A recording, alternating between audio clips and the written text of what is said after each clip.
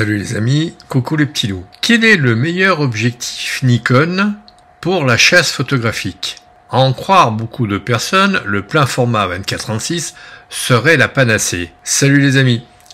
Une question m'a été posée par un de mes abonnés et donc je fais cette petite vidéo pour lui répondre et pour vous informer également. Alors, quel est le meilleur objectif pour la chasse photographique? On peut aussi se poser la question de savoir quel est le meilleur format de capteur, la PSC ou le plein format. Mais il existe aussi d'autres formats plus grands comme le 4,5-6, le très populaire 6.6, le 10-15, plan film, voire au-delà des formats bien plus grands encore. Voyons par format les avantages de chacun. Commençons par la PSC. Je ferai peut-être une autre vidéo pour le 24-36. Mais pas sûr. Léger, compact, il ne prend pas beaucoup de place dans un sac à dos. Si on lui adjoint des optiques de 24-36, on a là un super appareil photo pour la chasse photographique. À savoir, si vous avez un 200 mm qui ouvre à f4 en 24-36, cela vous fait un 300 qui ouvre à f4 en APS-C. Ce format donc est l'idéal pour la chasse photographique, car les boîtiers sont légers, compacts et performants. Les optiques sont également moins chères que pour le plein format. Exemple, le 24-200 f4 6.3 pour plein format vaut sur le site de Nikon 749 €, ce qui fait un équivalent 36-300 avec donc les mêmes ouvertures. Le 50-250 pour APS-C f4.5 6.3 vaut sur le site Nikon 349 €, donc moitié moins cher. Et il est tout aussi bon. Le Z50 sur Amazon, puisque sur le site Nikon je ne l'ai point vu, fait 850 €. Sur le site Nikon, le Z5 fait 1149 €. On va dire c'est le premier boîtier plein format, le moins cher. Le Z6 2,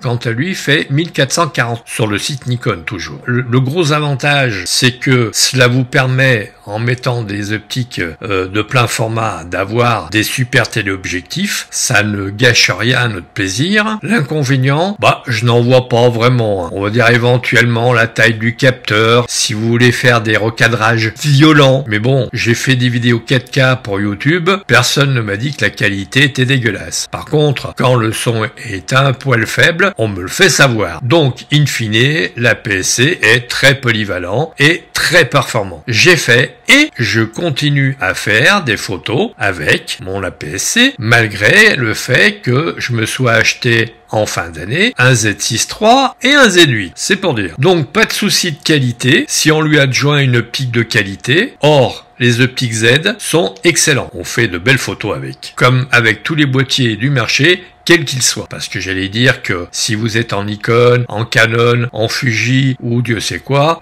vous ferez de belles photos. Je veux dire, c'est évident. Enfin, sauf si vous êtes un vrai manche, mais bon, je pense pas que ça soit le cas. Alors pour les grincheux, effectivement, si on veut recadrer violemment, ce sera un peu juste. Mais comme le dit aussi François de la chaîne Explique-moi encore, mieux vaut bien cadrer dès le départ, cela évite pas mal de soucis par la suite. Mon conseil du jour. Alors, prenez un 50-250 qui est excellent. Il est vraiment excellent. Je l'ai comparé à mon 200 mm qui ouvrait à 2.0, qui était une tuerie. Eh bien, il lui fait la nique. Donc, si vous avez le 24-200 en plein format, parce que vous avez également des boîtiers plein format, le 24-200 serait assez sympa. Cela vous donnerait un 36-300, ce qui est très très sympa. Mais alors, mon conseil, c'est n'allez pas au-delà de 300 mm.